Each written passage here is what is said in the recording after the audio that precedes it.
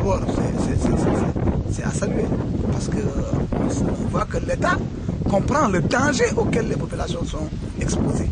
Parce que le paysan, ce qu'il a, c'est le petit bétail. C'est ça son épargne.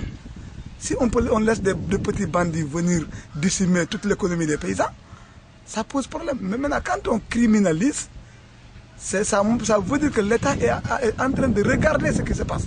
C'est une bonne chose.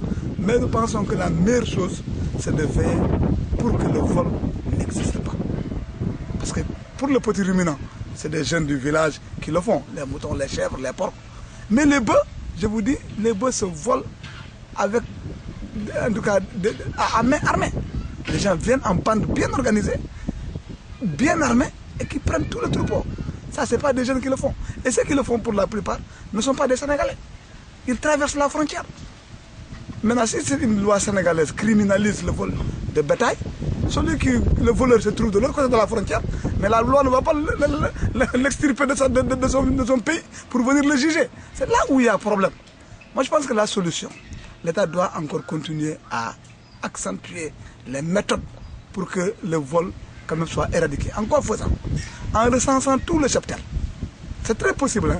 Aujourd'hui, dans chaque famille, les habitants de la famille, on les connaît.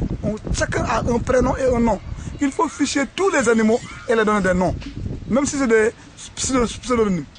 Et ensuite, incorporer dans chaque animal une puce. Pour que dès que tu soupçonnes que ton animal a disparu, il y a déjà la puce que tu indiques les gens. C'est les nouvelles techniques de l'information et de la communication. C'est très facile. On peut, à partir en tout cas d'une recherche, savoir à quelle position se trouve cet animal.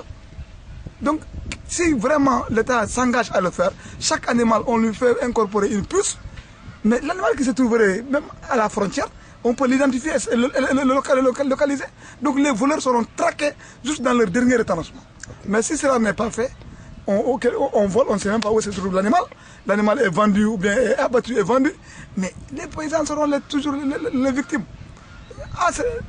Vraiment, je pense que la solution, l'État doit aller pour, en tout cas, empêcher le vol, plutôt que de servir le vol. Heureusement, ceux qui viennent voler, ce n'est pas des Sénégalais, c'est des Guinéens. Donc, criminaliser, il n'y aura pas d'impact parce que le gars, il vole, il s'en va sur la Guinée-Bissau. Et la loi ne va pas suivre sa action en Guinée-Bissau, et ça reste au Sénégal. Donc, l'impact n'est pas très important sur le niveau de l'appellation. Peut-être toujours avec le cantonnement militaire, avoir un esprit de veille à tout moment. Ouais, à tout moment. Mais la loi, bon, c'est qu'elle est, malheureusement, comme je l'ai un peu plus haut, que ceux qui viennent voler, ils ne sont pas des Sénégalais, c'est les Guinéens. Donc ils volent et ils repartent sur la Guinée. Donc comme la loi, c'est les Sénégalais, elle s'arrête à la frontière.